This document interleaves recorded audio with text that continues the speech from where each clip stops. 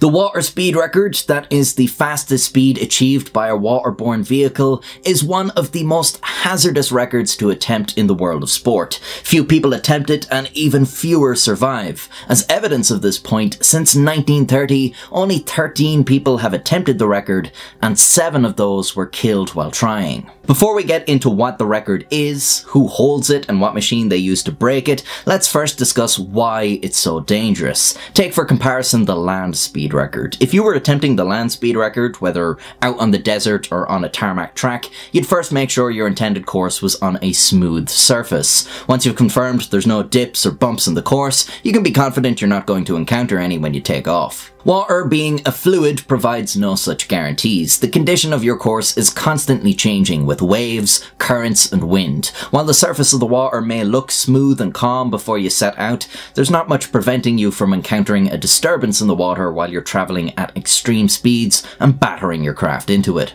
Another benefit the land speed record has is that the vehicle is combating air resistance rather than water resistance, which is obviously much greater, resulting in a watercraft requiring a lot more power to reach speeds comparable to a land vehicle. These two factors, power and unpredictability, make the water speed record an incredibly dangerous venture. Before the turn of the 20th century, the record was held by steam-powered, propeller-driven vehicles, like William B. Cogswell's Phasine, a steam yacht that broke the record in 1893 with a speed of 31.6 miles per hour. Another notable record holder of this time is Charles R. Flint, who founded the company that would later become IBM. His steam yacht Arrow broke the record in 1903 with a speed of 45.06 miles per hour. In 1911, the record was broken by the first gasoline-powered craft, the Dixie-4. Piloted by Frederick Burnham, the Dixie-4 reached speeds of 47 miles per hour. Later that year, the Dixie-4 was in a race when it lost control after crossing the wake left by another boat, and leapt into the crowd, cutting off a boy's leg.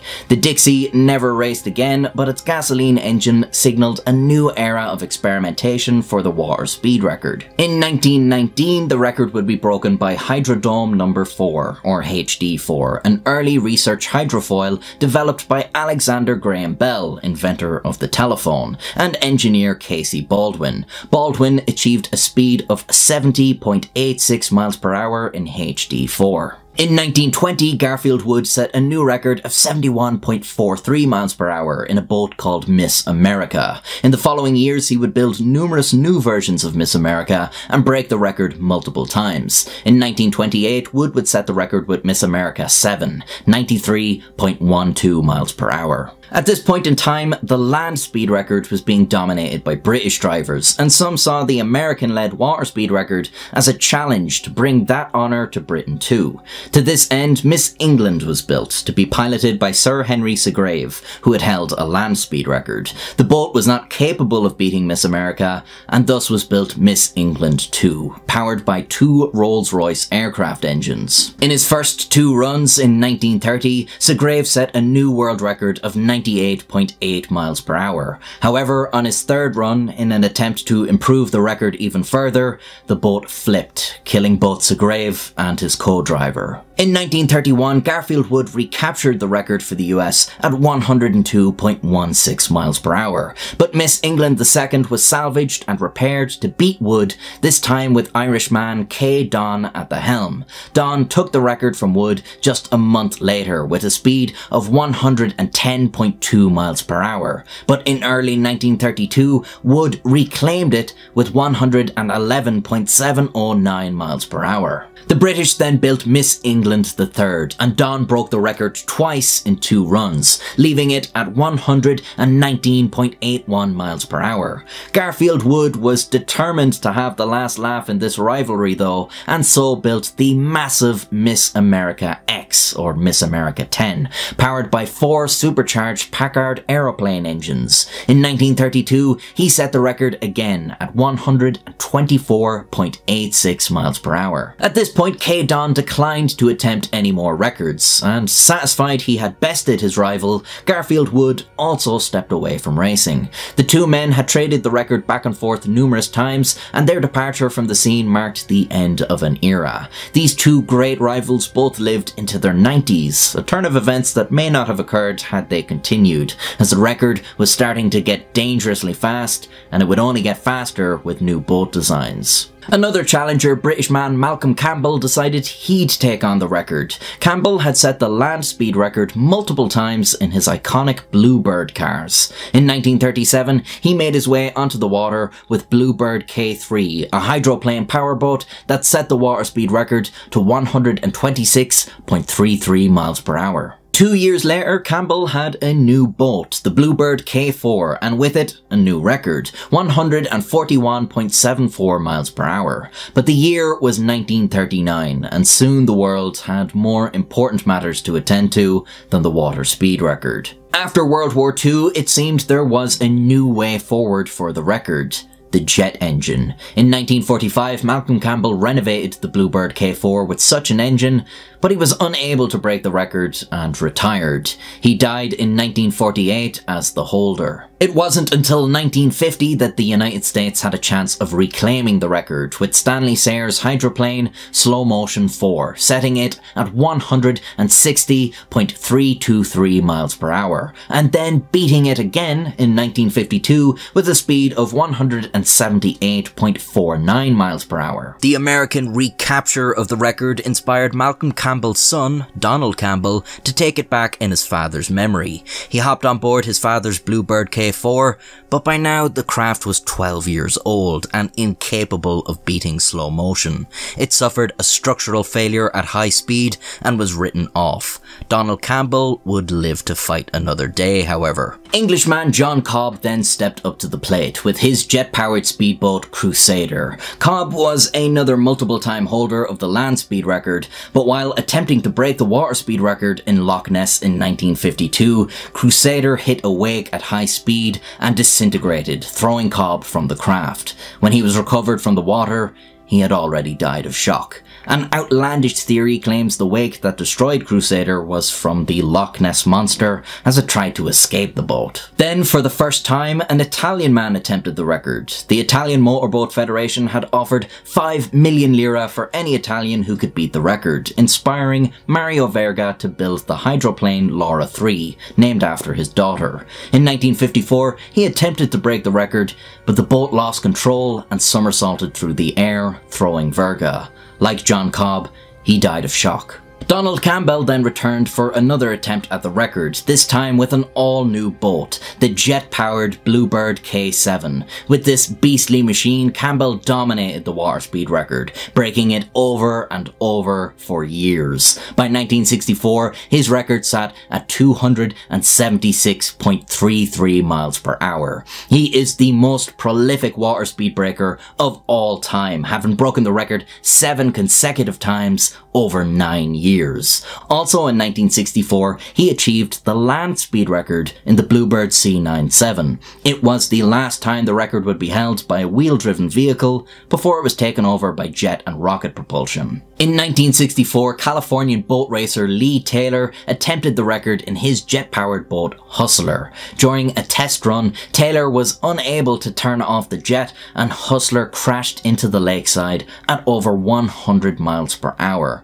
The boat was wrecked, although Taylor survived, albeit severely injured. In 1967, Campbell attempted to break the record for the 8th time. On his first run, it seemed the revamped Bluebird K7 was about to break the record, but when Campbell turned around for the return leg, he neglected to wait for the lake to settle again and immediately sped back off into his own wake. The Bluebird became airborne and cartwheeled across the water surface, killing Donald Campbell instantly. His body wasn't located until 2001.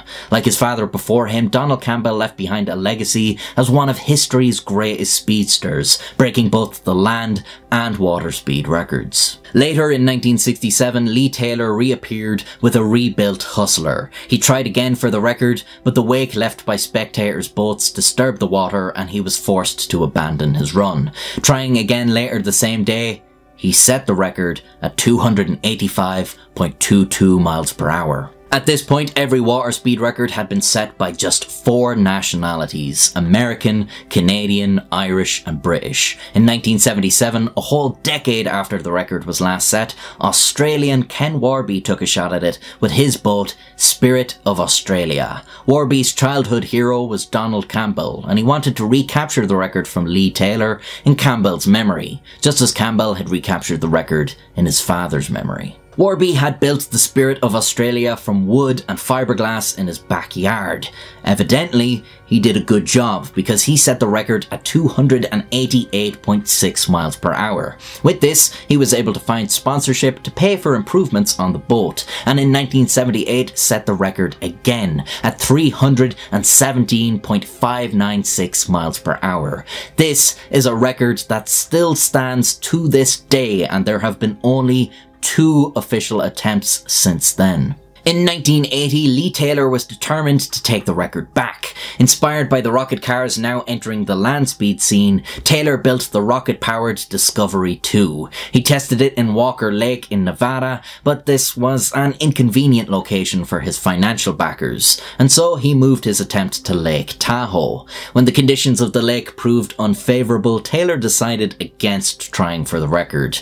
But he didn't want to disappoint his backers or assembled spectators and media, so he tried a test run instead, just to demonstrate the craft's capabilities. At 270 miles per hour, Discovery 2 came apart and plunged into the water. The cockpit was intended to float, but for some reason it failed to. It was recovered 3 days later with Lee Taylor inside. He had drowned to death. In 1989, Craig Arfons attempted the record. His family name held some prestige in the racing world, as his father had built the world's first jet car, and his uncle was a multiple time holder of the land speed record. Arfons' craft, Rain X Challenger, somersaulted just a few seconds into his run, sending the cockpit into the water upside down. It was recovered 3 minutes later, and Arfons was resuscitated until his pulse returned. He remained unresponsive, however, and Craig Arfons was pronounced dead over an hour later.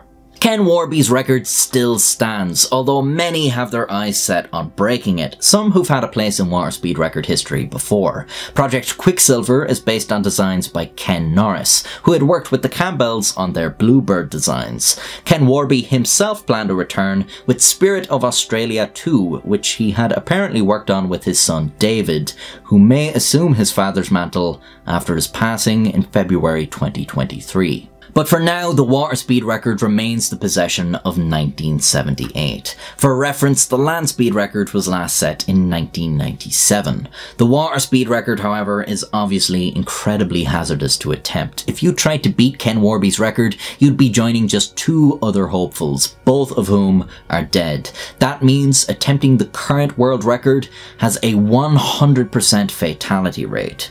Most are probably happy enough to leave this record in 1978, and that's probably for the best. 9 years later, in 1989, Craig Arfons took up the challenge in Florida. He was a drag racer, unfamiliar with the dangers of extreme speed over water.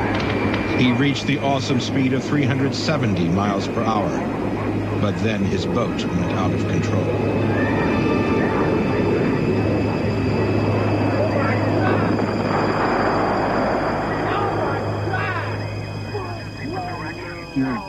Another life lost to the water speed record.